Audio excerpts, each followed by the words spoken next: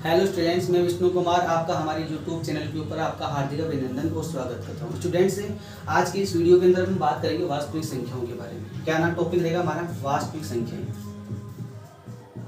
वास्तविक संख्या, वास्तविक संख्या। सबसे पहले हमारा टॉपिक ये रहेगा वास्तविक संख्या किसे कहते हैं। वास्तविक संख्याओं का डेफिनेशन क्या होता है। सबसे पहले हम बात करेंगे वास्तविक संख्याओं के डेफिनेशन के बारे में। तो आपको इसका डेफिनेशन याद रखना है। परिमेय संख्याएं, परिमेय संख्याएं तथा अपरिमेय संख्याओं को अपरिमेय संख्याओं को मिलाकर वास्तविक संख्याएं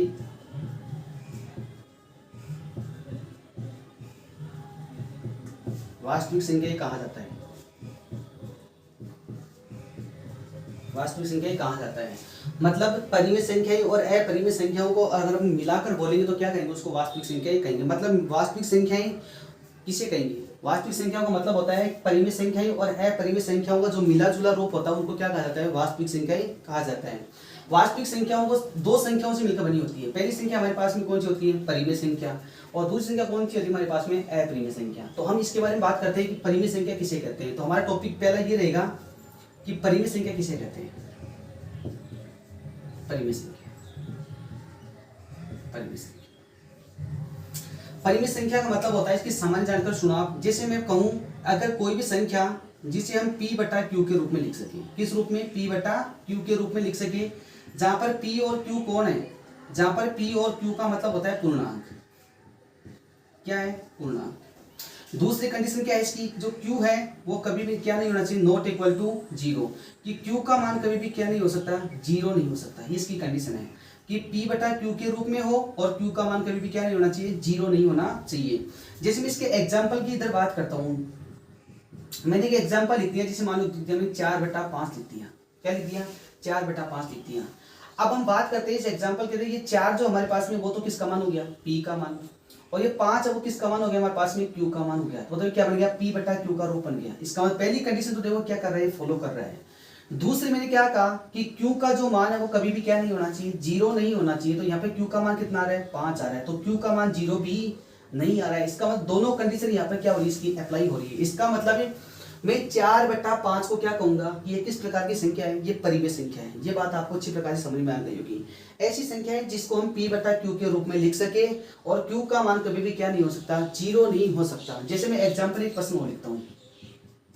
मैंने लिख दिया आपके पास में 4/0 लिख दिया। क्या लिख दिया? 4/0। यहाँ हम कंपेयर करेंगे तो यहाँ पे 4 है, किसका मान हो गया? p का मान, बटा ये 0 किसका मान हो गया? q का मान। इसकी पहली जो कंडीशन है वो तो फॉलो हो रही है कि ये p बटा q का रूप तो है। दूसरी हम बात करेंगे कि q का मान कितना है हमारे पास में। यहाँ पे q का मान कितना आ रहा है? 0 आ रहा है। q का मान क्या आ रहा है? 0 आ रहा है। लेकिन परिमेय संख्या क्या कहती है कि q का मान कभी भी क्या नहीं हो सकता? 0 नहीं हो सकता। इस बात को ये संख्या फॉलो नहीं कर रही है। इसका मतलब यह क्या है? परिमेय संख्या नहीं है।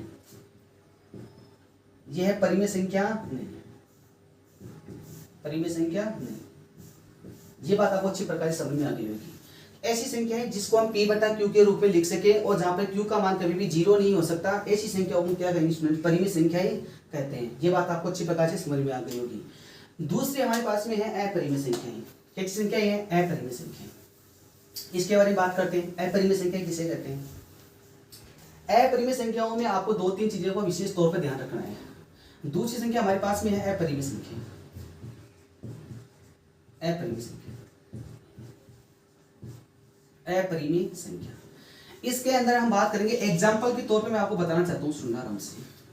जैसे मैंने कोई भी संख्या रूट के अंदर आ जाएगी आपके पास में। यह संख्या रूट के अंदर आ जाएगी इस प्रकार से।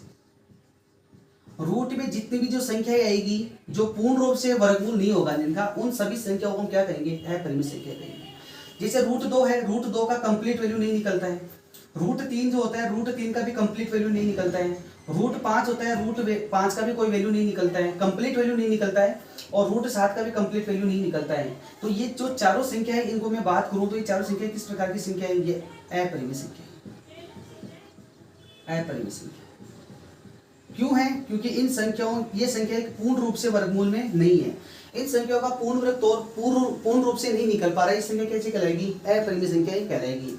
अगर मैं इसी तौर में बात करूं, जैसे मैंने लिखा √4 लिखा, मैंने √16 लिख दिया, मैंने √25 लिख दिया, मैंने √36 लिख दिया, ये एग्जाम्पल लिख दिए। अगर हम 4 की बात करेंगे तो 4 का वर्गमूल कितना होता है? 2 निकलेगा। यहाँ से 16 का वर्गमूल कितना निकलेगा? 4 निकल जाएगा। यहाँ पे 25 का वर्गमूल कितना निकल जाएगा? 5 निकल जाएगा। और यहाँ से 36 का कितना निकल जाएगा? 6 निकल जाएगा। इन संख्याओं का पूर्ण रूप से वर्गमूल नहीं निकल रहा है, और इन संख्याओं का पूर्ण रूप से क्या निकल रहा है? वर्गमूल निकल रहा है। मतलब ऐसी संख्याएं जिनका पूर्ण रूप से वर्गमूल नहीं निकलेगा तो उनको तो हम क्या कहेंगे? अपरिमेय संख्या ही कहेंगे। और रूट में रखी ऐसी संख्याएं जो पूर्ण रूप से जिनका क्या निकल जाएगा? वर्गमूल निकल जाएगा, तो उन संख्याओं को हम क्या कहेंगे? ये सारी संख्या क्या कहलाएगी हमारे पास में? ये कहलाएगी परिमेय संख्या। क्या कहलाएगी? परिमेय संख्या। परिमेय संख्या। ये बात आपको अच्छी तरह समझ में आ गई होगी कि रूट में रखी हुई सभी संख्याएं अपरिमेय नहीं होती है। ऐसी संख्याएं जो पूर्ण रूप से जिनका वर्गमूल नहीं निकलेगा उन संख्याओं को क्या कहेंगे? अपरिमेय संख्याएं। और जिन संख्याओं का पूर्ण रूप से क्या निकल जाएगा? वर्गमूल निकल जाएगा, उन संख्याओं को क्या कहेंगे? परिमेय संख्या ही कहेंगे। ये इसका पहला एग्जाम्पल के तौर पर पहला कॉन्सेप्ट है। दूसरी हम बात करते हैं इसके एग्जाम्पल के तौर के ऊपर। एक एग्जाम्पल में आपके पास में वो लिखता हूँ। पहला एग्जाम्पल आपको अच्छी प्रकार समझ में आ गया होगा कि हम किसको अपरिमेय संख्या ही कहेंगे। दूसरा एग्जाम्पल अगर मैं बात करता हूँ, दूसरा मेरे पास में जिसमें लिख दिया कोई संख्या 1.3476, ये डॉट डॉट लगा दिया मैंने आगे। इस डॉट डॉट का मतलब क्या है? इस डॉट डॉट का मतलब कि आपकी जो भाग की जो प्रक्रिया है, भाग की जो प्रक्रिया है वो क्या हो रही है? वो खत्म नहीं हो रही है, खत्म नहीं हो रही है। मतलब आपने किसी संख्या के अंदर भाग दिया और भाग देने के बाद में आपका जो भाग का जो प्रोसेस है वो कभी खत्म नहीं हो रहा है, मतलब लगातार बार बार चल रहा है। इसका मतलब वो संख्या क्या कैसी कहलाएगी बेटा? ये संख्या कैसी कहलाएगी? ये संख्या अपरिमेय कहलाएगी। कैसी कहलाएगी? अपरिमेय संख्या। ये बात आपको समझ आ गई होगी। अगर किसी भी संख्या के आगे डॉट डॉट लिख रहा है, इसका मतलब उस संख्या की में जो भाग का जो प्रोसेस है वो आगे लगातार चल रहा है, खत्म नहीं हो रहा है, तो ऐसी संख्याओं का क्या स्टूडेंट्स? उनको अपरिमेय संख्या कहेंगे। इसका मतलब है कि परिमेय संख्याएं और अपरिमेय संख्याओं का डेफिनेशन आपको समझ में आ गया होगा। परिमेय संख्याएं और अपरिमेय संख्याओं को मिलाकर क्या कहा जाता है? वास्तविक संख्याएं कहा जाता है। अब हम एक ऐसा एग्जांपल लेकर चलते हैं जो वास्तविक संख्याओं का उदाहरण होगा। जैसे मैं बात करता हूँ एग्जाम्पल के तौर के ऊपर। अब आपका जो चैप्टर वास्तविक संख्या, इसका मैं एक एग्जाम्पल लिखता हूँ आपके सामने। वास्तविक संख्या, वास्तविक संख्या। वास्तविक संख्या का एग्जाम्पल अगर मैं आपको बताऊं, एग्जाम्पल तो जिस लिखा आपने 2 + √3 लिख दिया आपने। क्या लिखा? 2 + √3 लिखा। ये जो संख्या हमारे पास में है, इसमें दो संख्या हमारे पास में है। एक तो हमारे पास में है 2, तो 2 तो आपको मैं बताया था ये कैसी संख्या होती है? ये परिमेय संख्या होती है। कैसी होती है? परिमेय। ये संख्या पूर्ण संख्या होती है। कैसी होती है? पूर्ण संख्या भी होती है। साथ में ये संख्या प्राकृत संख्या भी होती है। कैसी होती है? ये प्राकृत संख्या भी होती है। ये दो है, ये परिमेय संख्या भी है, ये पूर्ण संख्या भी है, और ये प्राकृत संख्या भी है। आगे बात नहीं समझ में। परिमेय संख्या क्यों है? क्योंकि यदि हम 2 के नीचे कितना मान लेंगे? 1 मान लेंगे, तो ये क्या बन जाएगा? ये P/Q का रूप बन जाएगा। P/Q का रूप बन जाएगा। इसका मतलब ये संख्या कैसी है? ये परिमेय संख्या है। अगर मैं √3 की बात करता हूं तो ये कैसी है? ये अपरिमेय है। कैसी है? अपरिमेय संख्या। क्यों है? क्योंकि रूट जो 3 है इसका, ये संख्या पूर्ण वर्ग नहीं है, पूर्ण रूप से पूर्ण वर्ग नहीं है। मतलब इस √3 का जो मान है ये इसका वर्गमूल नहीं निकलता है। √3 का कभी भी पूर्ण रूप से वर्गमूल नहीं निकलता है। इसका मतलब क्या ऐसी संख्या हो गई? ये अपरिमेय संख्या है। बताओ, इस संख्या के अंदर एक संख्या तो मिली हुई है परिमेय, और एक संख्या इसमें क्या मिली हुई है? अपरिमेय। तो बताओ ये संख्या किस प्रकार की होगी? कंप्लीट ये संख्या हो जाएगी सर वास्तविक संख्या हो जाएगी। कैसी हो जाएगी? वास्तविक संख्या हो जाएगी। ये बात आपको अच्छी प्रकार से समझ में आ गई होगी कि सर इस एग्जांपल में हमने देखा कि 2 + √3 है, इसमें 2 एक परिमेय संख्या है और √3 एक है परिमेय संख्या ही है। आपका डेफिनेशन भी यही था कि परिमेय संख्याएं और अपरिमेय संख्याओं को मिलाकर क्या कहा जाता है? वास्तविक संख्या कहा जाता है। इसका मतलब ये 2 तो हमारे पास में होगी परिमेय संख्या, और √3 हमारे पास में क्या होगी? अपरिमेय संख्या। इन दोनों संख्याओं में मिला दिया तो बताओ ये क्या बन गई? ये वास्तविक संख्या बन गई। ये एग्जाम्पल किसका है? ये वास्तविक संख्याओं का। ये कॉन्सेप्ट था किसका? वास्तविक संख्याओं का।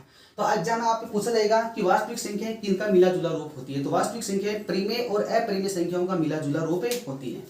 फिर हमने बात की परिमेय संख्या किसे कहते हैं? परिमेय संख्याओं का मतलब होता है ऐसी संख्या जिसको हम P/Q के रूप में व्यक्त कर सके, और जहां पर Q का मान कभी भी क्या नहीं हो सकता? जीरो नहीं हो सकता। ऐसी संख्याओं को हम क्या कहेंगे, परिमेय संख्याएं कहते हैं। दूसरी हमने बात की अपरिमेय संख्याएं। अपरिमेय संख्याओं का मतलब होता है ऐसी संख्याएं जो रूट के अंदर हो और जिनका पूर्ण रूप से क्या नहीं निकले, वर्गमूल नहीं निकलेगा, तो उनको हम क्या कहेंगे, वास्तविक संख्याएं, सॉरी अपरिमेय संख्याएं कहते हैं। और कुछ ऐसी संख्याएं जिसको हम भाग देते हैं और भाग देने के बाद में भाग का प्रोसेस जो होता है वो खत्म नहीं होता है, लगातार चलता रहता है और संख्याओं की पुनरावृत्ति नहीं होती है, अलग अलग संख्याएं आपके पास में आएगी, तो ऐसी संख्याओं को हम क्या कहेंगे स्टूडेंट्स, उसको कहेंगे अपरिमेय संख्याएं कहेंगे। फिर हमने पढ़ा वास्तविक संख्याएं। वास्तविक संख्याओं का मतलब होता है कि परिमेय संख्याएं और अपरिमेय संख्याओं को अगर अपन एक साथ मिला देंगे तो वो संख्या क्या कहलाएगी, आपके पास में वास्तविक संख्या कहलाएगी। आज के इस वीडियो के अंदर हमने बात की है वास्तविक संख्याओं के इंट्रोडक्शन के बारे में कि वास्तविक संख्या हम किसे कहेंगे, और उम्मीद करता हूं कि आपको वास्तविक संख्याओं का डेफिनेशन और इसका कॉन्सेप्ट आपको अच्छी प्रकार से समझ में आया होगा। अगर आपको ये वीडियो, अगर मेरा पढ़ाने का तरीका अगर आपको अच्छा लग रहा है तो उम्मीद करता हूँ कि आप वीडियो को ज़रा शेयर करेंगे और लाइक करेंगे। थैंक यू, धन्यवाद।